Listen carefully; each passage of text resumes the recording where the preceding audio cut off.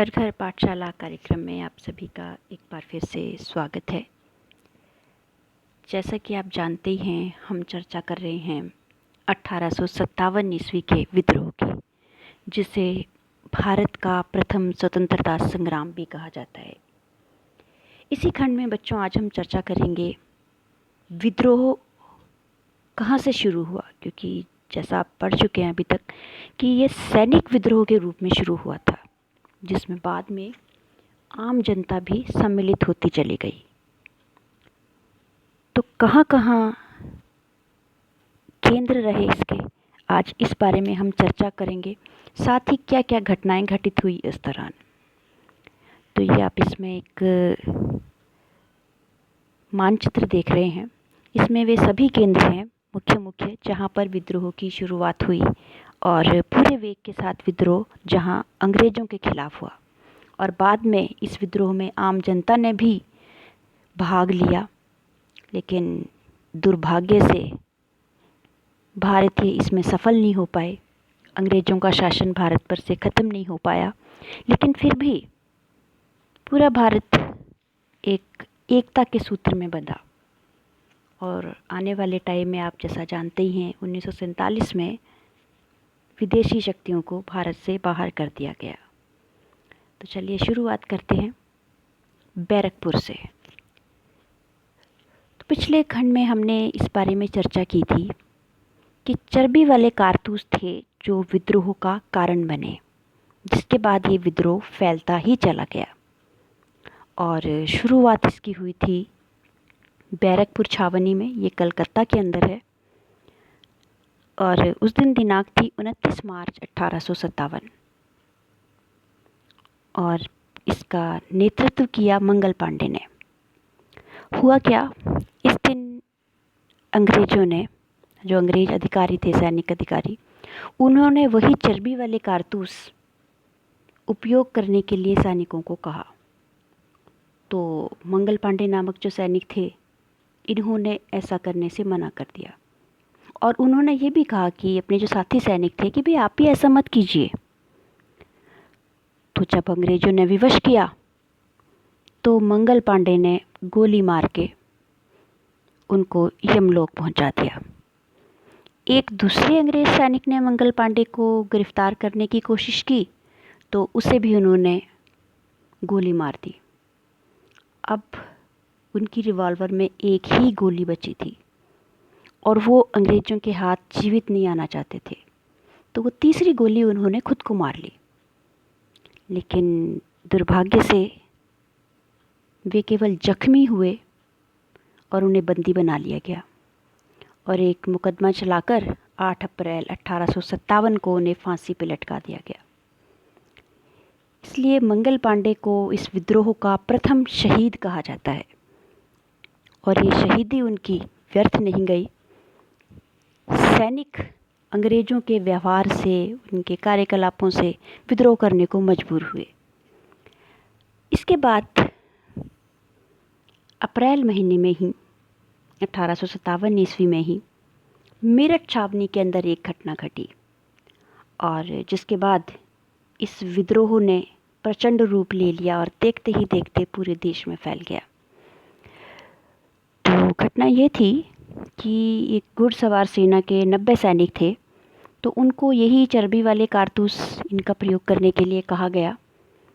और 90 में से 85 सैनिक थे, उन्होंने इनकार कर दिया कि भाई हम इन कारतूसों का प्रयोग नहीं करेंगे।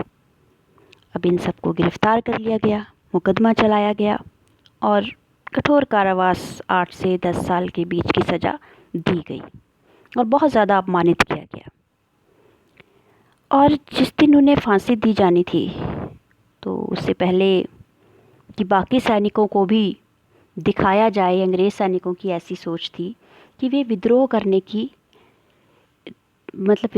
का साहस न कर सकें। उन्हें खुले के अंदर ले जाया गया, अपमानित किया गया, जंजीरों में जकड़कर। लेकिन इसका जो परिणाम है वो उल्टा ही निकला। जब सैनिकों ने अपने साथियों के साथ ऐसा व्यवहार देखा तो उनका खून खौल उठा, और अगले ही दिन ये घटना थी 9 मई की। तो 10 मई को मेरठ छावनी के सिपाहियों ने विद्रोह कर दिया और उन्होंने जेल पर आक्रमण करके सभी भारतीय सैनिकों को छुड़वा लिया। इसके बाद उन्होंने अंग्रेज अधिकारी, उनके परिवार, उनका वध कर दिया, घरों को जला दिया और जो अंग्रेजी भवन दफ्तर थे उन सबको आक्रमण करके नष्ट कर दिया। ब्रिटिश खजाना जो था, सरकारी खजाना, उसको भी लूटा गया और मेरठ और दिल्ली को जो टेलीग्राफ लाइनें जोड़ती थी उन्हें भी काट दिया। और इस तरह मेरठ में पूरी तरह से विद्रोह फैल गया। और इसी दिन कुछ 2000 भारतीय सैनिक जो थे वो दिल्ली पहुंच गए और उन्होंने 2 दिन के अंदर ही दिल्ली पर कब्जा कर लिया। लाल किला, उसके ऊपर अपना झंडा लहरा दिया और बहादुर शाह जफ़र, उनको भारत का सम्राट घोषित कर दिया। अब जब दिल्ली अंग्रेज़ों के हाथ से निकल गई तो उन्होंने बड़ा अपमान महसूस किया और फिर से ज़रा योजना बनाई और जनरल निकलसन थे, उन्होंने सिख और गोरखा सेना की मदद से 14 सितंबर को दिल्ली पहुंचकर युद्ध किया जिन सैनिकों के साथ और लगभग 1 सप्ताह के बाद यानी कि 20 सितंबर को दिल्ली पर दोबारा से अधिकार कर लिया। और इसके बाद बहादुर शाह जफ़र को बंदी बना लिया, उन्हें रंगून भेज दिया, उनके बेटे पोते उनको गोली से उड़ा दिया और बहुत दिनों तक दिल्ली के अंदर इन्होंने कत्लेआम मचाया, लूट मार की, यहाँ तक कि बच्चे, स्त्रियाँ, उनके भी इन्होंने निर्दयता से वध कर दिए। इसके बाद बात करते हैं अवध की। तो अवध लखनऊ की राजधानी थी और अवध को अंग्रेज़ी साम्राज्य में मिला लिया गया था और जो वहाँ के नवाब थे वाजिद अली शाह, उनको भी पेंशन देकर अवध से बाहर भेज दिया गया था। तो जो उनकी बेगम थी हजरत महल, उन्होंने यहाँ विद्रोह का नेतृत्व किया। अपने बेटे को, नाबालिग पुत्र था इनका एक बिरजिस कादर, उनको नवाब बना दिया, घोषित कर दिया कि भाई ये नवाब हैं। और इस घोषणा के बाद में जो भारतीय सैनिक थे उन्होंने अंग्रेज़ों को मौत के घाट उतारना शुरू कर दिया।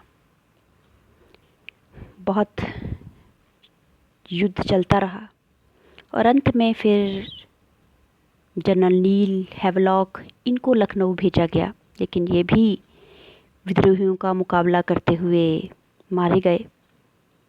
फिर कॉलिन कैंपबेल, ये मार्च 1858 ईस्वी में इन्होंने एक लड़ाई के उपरांत लखनऊ पर अधिकार कर लिया।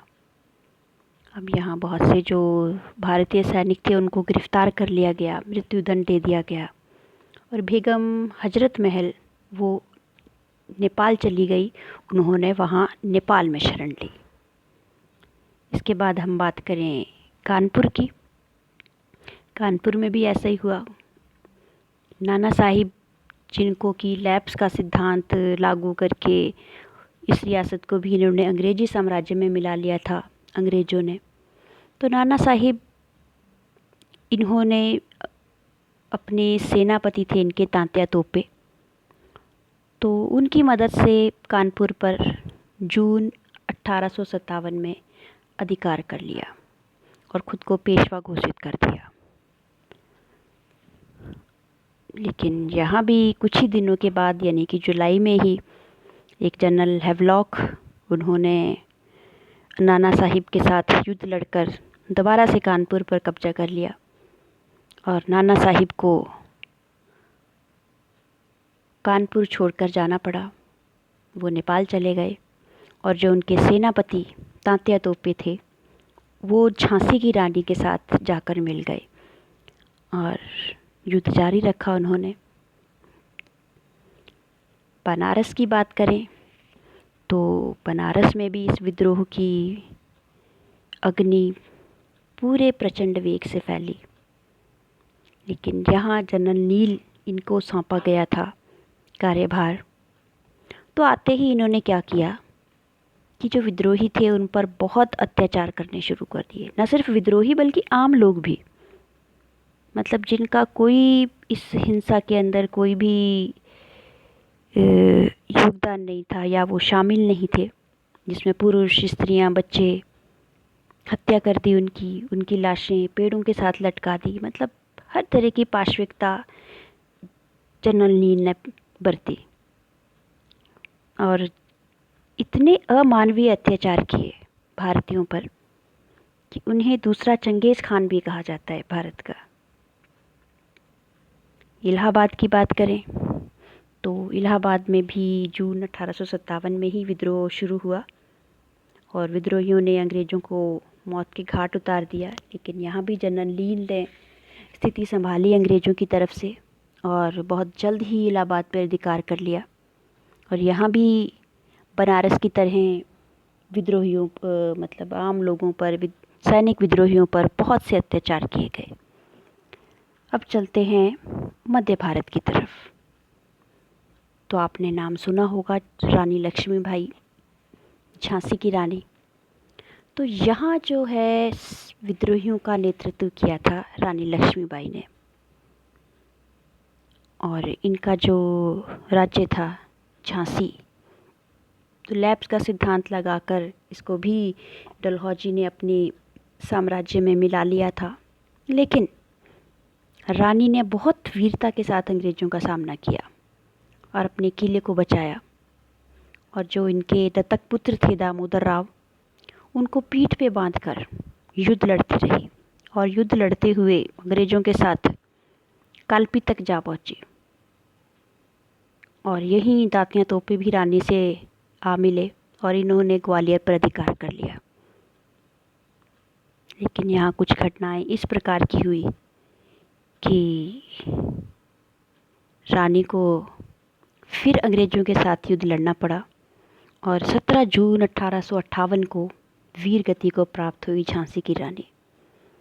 लेकिन झांसी की रानी की जो ये शहीदी थी वो आने वाली नस्लों के लिए एक प्रेरणा स्रोत बन गई। यहाँ तक कि अंग्रेज भी उनकी वीरता का लोहा मानते थे। तात्या तोपे वो ग्वालियर के किले से बच निकले, लेकिन फिर उन्हें पकड़ लिया गया और फांसी की सज़ा अंग्रेज़ों ने दे दी। अब बात करते हैं बड़ौद की। तो उत्तर प्रदेश का ये एक परगना था और यहाँ भी 1857 में विद्रोह हुआ और इसका नेतृत्व किया शाह आलम ने।